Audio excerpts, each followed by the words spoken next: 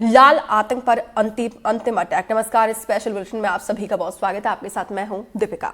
बीजापुर कांकेर मुठभेड़ से जुड़ी हुई बड़ी जानकारी आप तक पहुंचा दी। जिला मुख्यालय लाए गए नक्सलियों के शव, नक्सलियों से भारी मात्रा में हथियार जब्त किया गया। कल सुरक्षा बलों ने ढेर किए थे 30 नक्सली। बीजापुर में 26, कांकेर में 4 नक्सलियों को ढेर किया गया था। अब देखिए, सभी के शवों को जिला मुख्यालय लाया गया है और इन नक्सलियों के पास से भारी मात्रा में हाईटेक हथियार भी बरामद किए गए हैं। कल सुरक्षा बलों ने ताबड़तोड़ एनकाउंटर करते हुए 30 नक्सलियों को ढेर किया गया था। बीजापुर में 26 और कांकेर में 4। उसके बाद से गृह मंत्री अमित शाह ने बाकायदा सोशल मीडिया प्लेटफॉर्म एक्स पर उन्होंने कहा कि फिलहाल ये देखिए, दोनों तस्वीरें हम आपको दिखा रहे हैं। 30 नक्सलियों के शवों को जब लाया गया है उस वक्त की तस्वीरें भी, और देखिए जो हथियार बरामद किए गए हैं पूरी तरीके से हाईटेक बताए जा रहे हैं।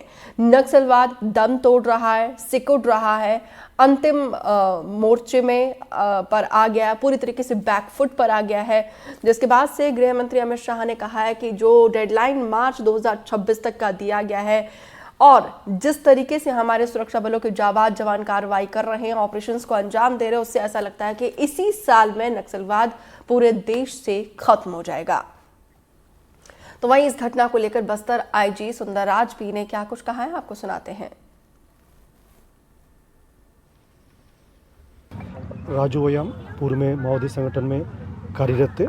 उसके बाद शासन के आत्मसमर्पण एवं पुनर्वास पॉलिसी से प्रभावित होकर उन्होंने वर्ष 2020 में आत्मसमर्पण किया और लगातार सुरक्षा बल के साथ विभिन्न अभियान में शामिल रहा। काफ़ी सफलतापूर्वक अभियान में उनका योगदान रहा। कल दिनांक 20 मार्च में जो हुई मुठभेड़ में राजू वयाम के साथ अन्य सभी समस्त सुरक्षा बल, DRG, Bastar fighter, STF, cobra, CRPF समस्त बल ने काफ़ी बहादुरी से इस अभियान में शामिल हुआ। लेकिन अनफॉर्चुनेटली इसमें राजू वयाम जो माओवादी से लड़ते हुए उन्होंने वीरगति प्राप्त कर लिया। उनकी शहादत को हमेशा हम याद रखें। तो वहीं घटना को लेकर एनडीटीवी के संवाददाता जितेंद्र यादव ने बीजापुर के एसपी से भी बातचीत की है। बातचीत में उन्होंने क्या कुछ कहा है, ये भी आपको सुनाते हैं। सर, कितनी बड़ी सफलता मानेंगे इसे और कितने लाख के इनामी माओवादी मारे गए, क्या शिनाख्ती हुई? देखिए, अगर दंडकारण्य स्पेशल जोनल कमेटी की बात करें तो वेस्ट बस्तर डिवीज़न एक बहुत मजबूत डिवीज़न है और इसमें सबसे ज़्यादा रिक्रूटमेंट और जो यहाँ का जो बेसिक जो जनताना सरकार का जो स्ट्रक्चर होता है, माओवादियों का जो पॉलिटिकल स्ट्रक्चर होता है, सबसे स्ट्रॉन्ग इसी क्षेत्र में होते हैं। इसी क्षेत्र में मिलिशिया और आपके जो ग्राउंड वर्कर्स जो होते हैं सबसे ज़्यादा, ओवरग्राउंड वर्कर जो हैं सबसे ज़्यादा इसी क्षेत्र में है। तो उस हिसाब से भी ये जो मुठभेड़ है बहुत इसको एक सफलता मानना चाहिए। इस पूरे मुठभेड़ में अभी तक जो शिनाख्त की कार्रवाई हो पाई, 26 में से 18 माओवादियों की प्राइमा फेसी जो शिनाख्त की हो पाई है, उसमें एक जो है डीवीसीएम डिविजनल कमेटी मेंबर है वेस्ट बस्तर डिवीजन की सीतो। उसके अलावा 8 जो है पीपीसीएम और एसीएम लेवल के जो है नक्सली हैं और 9 जो हैं बाकी बचे वो प्लाटून नंबर 13 के मेंबर हैं।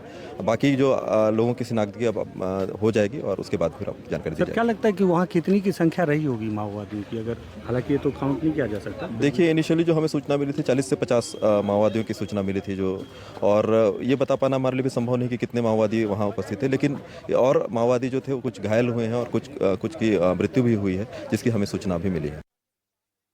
तो देखिए, हमारे सहयोगी विकास तिवारी ने डिटेल से एसपी से बातचीत की है जिसमें उन्होंने बताया कि कितनी बड़ी उपलब्धि है हमारे सुरक्षा बलों के लिए। उधर कांकेर